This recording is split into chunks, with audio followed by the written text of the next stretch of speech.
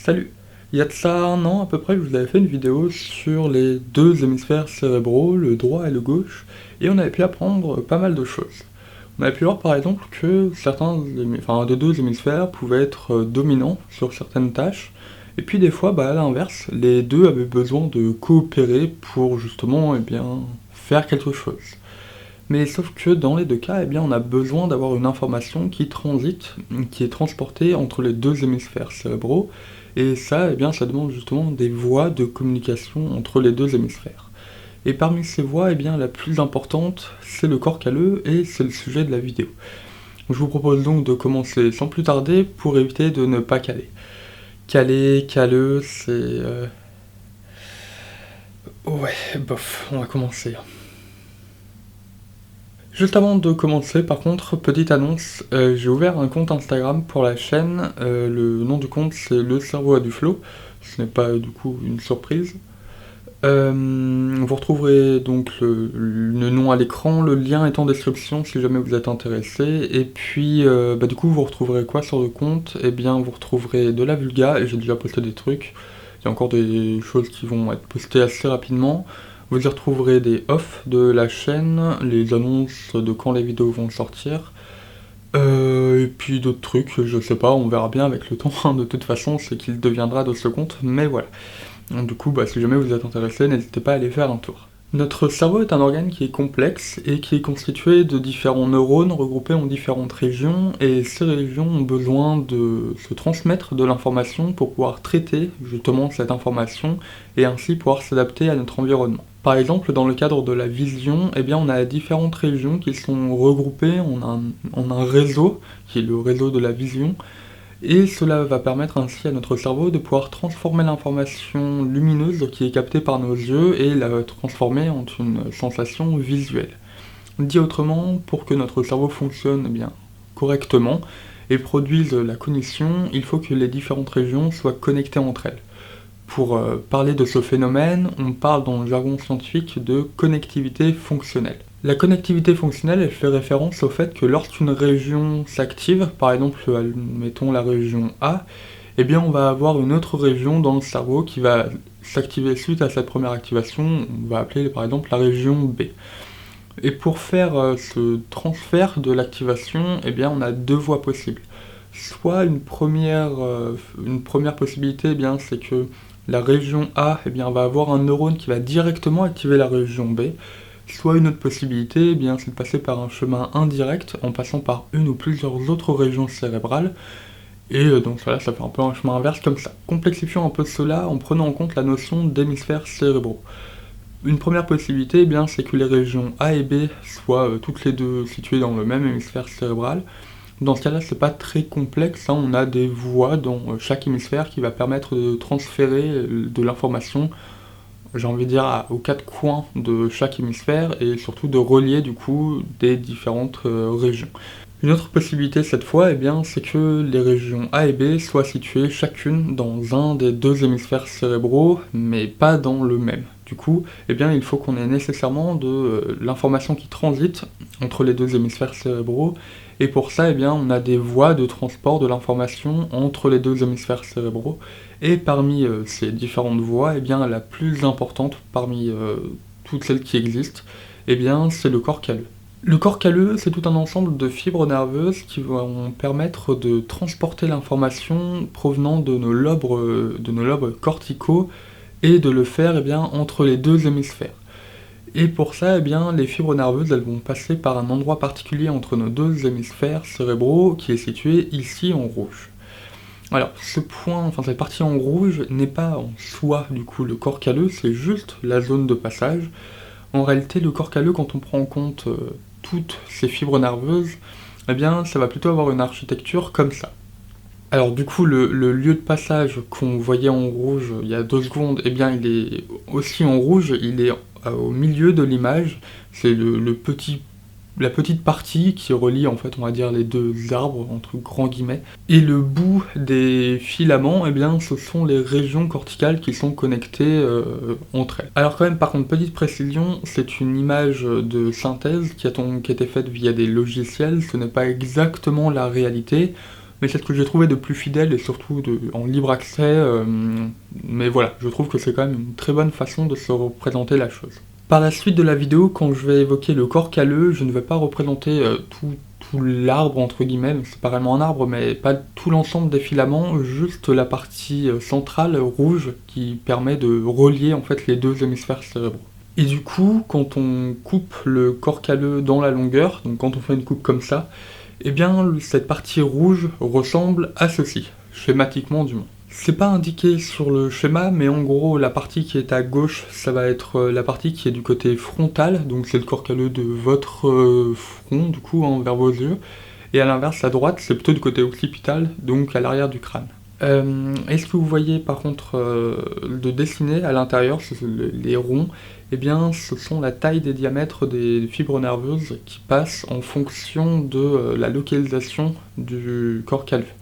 Donc cette caractéristique est vachement intéressante parce qu'elle nous permet du coup de scinder en 3 grandes parties le corps calleux. Du moins c'est une des 2 caractéristiques qui va nous permettre de scinder le corps calleux en 3 parties. On a d'abord le genou qui est la partie frontale du corps calleux et qui a la caractéristique de relier les 2 lobes frontaux entre eux. On a ensuite au milieu du corps calleux le tronc qui va lui permettre de relier les 2 lobes temporaux et les 2 lobes pariétaux entre eux. Et enfin, tout à droite, donc du côté occipital, on retrouve ce qu'on appelle le splénium, qui lui va relier du coup les 2 lobes occipitaux entre eux. Du coup, vous l'aurez un peu peut-être deviné, et bien la deuxième caractéristique qui va nous permettre de regrouper, de schématiser le corps calleux en 3 grandes parties, et bien ce sont les régions corticales connectées entre elles. Le corps calleux a la particularité de relier, dans la grande majorité des cas, même si du coup c'est pas tout le temps, et bien des régions qu'on appelle miroirs. En gros, l'idée, c'est que entre les 2 hémisphères cérébraux, on a un axe de symétrie qui passe par le corps calleux, et donc il faut s'imaginer en gros que les 2 hémisphères sont symétriques. Ça implique ainsi qu'une région donnée dans un des 2 hémisphères va avoir une symétrique à gauche. Et ces 2 régions-là, on les appelle des régions miroirs. Donc du coup, le corps calleux relie ces 2 régions miroirs, dans la grande majorité des cas, entre elles. Je vous ai dit un peu à un moment que les fibres nerveuses avaient un diamètre qui fluctuait, qui était différent en fonction de où on était situé dans le corps calleux. Mais je vous ai pas dit plus de choses sur ça, donc je le fais maintenant. En gros, au niveau du genou, on observe que les fibres nerveuses ont un faible diamètre, ça se voit bien d'ailleurs sur le schéma, parce que les ronds sont petits, et donc ça signifie en gros que ces fibres nerveuses-là ont des gaines de myéline qui sont soit inexistantes, soit qu'elles sont très faibles.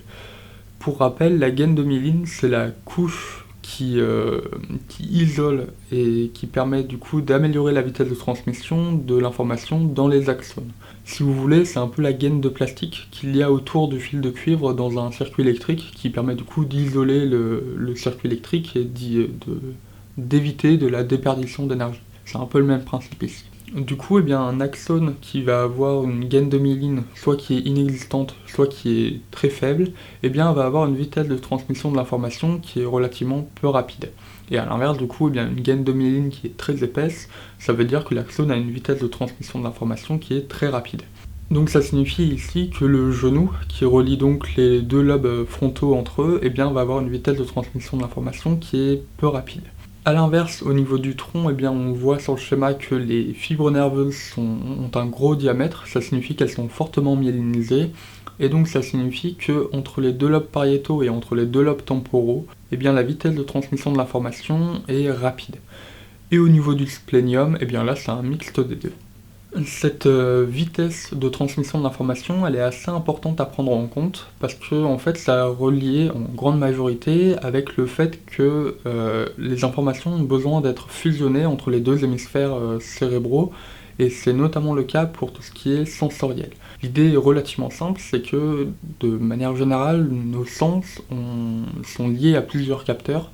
Par exemple, nos yeux, on a 2 capteurs différents. Dans l'audition, on a 2 oreilles différentes, et surtout ces 2 capteurs-là vont capter des choses différentes. Il faut donc ainsi qu'on fusionne les 2 informations pour avoir une sensation, une expérience sensorielle unique. Ça paraît assez bête dit comme ça, hein, mais on a deux oreilles qui chacune entendent deux choses différentes. Pourtant, eh bien, on a l'impression d'entendre qu'une seule chose. On n'a pas deux sons différents. D'ailleurs, gardez cet exemple de l'audition pour plus tard, ça va nous servir. Mais du coup, je crois qu'au niveau anatomique, je vous ai à peu près tout dit. On va donc pouvoir passer maintenant au côté fonctionnel du corps calleux. Les différentes recherches qui ont été menées sur le corps calleux pour étudier son fonctionnement permettent de mettre en avant le fait que le corps calleux n'est pas qu'un simple relais passif de l'information, mais au contraire, il a un rôle fonctionnel actif. On a historiquement deux théories, deux hypothèses qui ont été discutées par rapport au rôle du corps calleux dans la communication entre les deux hémisphères. On a une première théorie qui est dite inhibitrice et l'autre qui est dite excitatrice. En fait, l'hémisphère dominant, pour la réalisation d'une tâche, va essayer de prendre le contrôle par rapport à l'autre hémisphère, donc non dominant, pour réaliser cette tâche.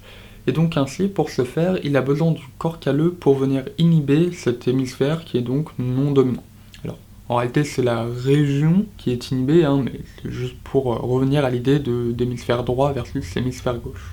Une des preuves qui va dans le sens de cette hypothèse inhibitrice, c'est l'écoute dichotique. Comme je l'ai dit tout à l'heure, notre cerveau va faire en sorte de fusionner l'information entre les deux oreilles. Mais qu'est-ce qui se passerait si on avait vraiment deux informations totalement distinctes et différentes entre les deux oreilles ? Dans ce cas-là, dans la plus grande partie, la majorité des cas, on va avoir un effet de dominance de l'oreille droite. C'est un avantage de l'oreille droite qui est lié au fait que l'hémisphère dominant dans le langage, c'est l'hémisphère gauche. Lorsque vous écoutez ou que vous entendez quelque chose, votre hémisphère droit va s'occuper de traiter l'information provenant de votre oreille gauche, et à l'inverse, votre hémisphère gauche va s'occuper de traiter l'information provenant de l'oreille droite. Sauf que du coup, c'est l'hémisphère gauche qui est dominant pour le langage. Donc il va chercher à prendre le contrôle par rapport à l'hémisphère droit dans cette tâche. Ce que ça veut dire du coup, c'est que la partie du langage de votre hémisphère gauche va inhiber cette même partie dans l'hémisphère droit, et pour faire cette inhibition, ça passe par le corps calleux. Du coup, comme c'est l'hémisphère gauche qui est activé majoritairement pour cette tâche, vous allez entendre majoritairement ce qui provient de votre oreille droite, d'où l'avantage de l'oreille droite. Alors, ça va dépendre aussi de la latéralisation hémisphérique de chacun, parce que, par exemple, on a des personnes qui vont avoir le langage latéralisé à droite, donc ça signifie que chez eux, à l'inverse, ils vont avoir un effet d'avantage de l'oreille gauche. Si je me trompe pas, ouais, c'est bien ça. Bref.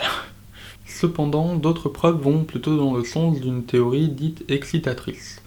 L'idée du coup à l'inverse de la théorie inhibitrice, c'est qu'une région miroir va exciter l'autre région miroir dans l'autre hémisphère. C'est ce qui va permettre notamment de faire fusionner des informations entre les deux hémisphères cérébraux. Et une des preuves qui va dans le sens de cette hypothèse, c'est la maladie d'épilepsie. Du coup, très rapidement, parce que c'est pas le sujet de la vidéo, même si je vous en ferai une autre, l'épilepsie c'est une région qui va fortement s'activer de manière chaotique, incontrôlée, et du coup cette forte activité va se propager vers les régions qui lui sont connectées, et on observe qu'on a de la transmission de cette épilepsie vers l'autre hémisphère cérébral. Ainsi, ça signifie que via le corps calleux, la région qui crée cette épilepsie va activer d'autres régions d'un autre hémisphère.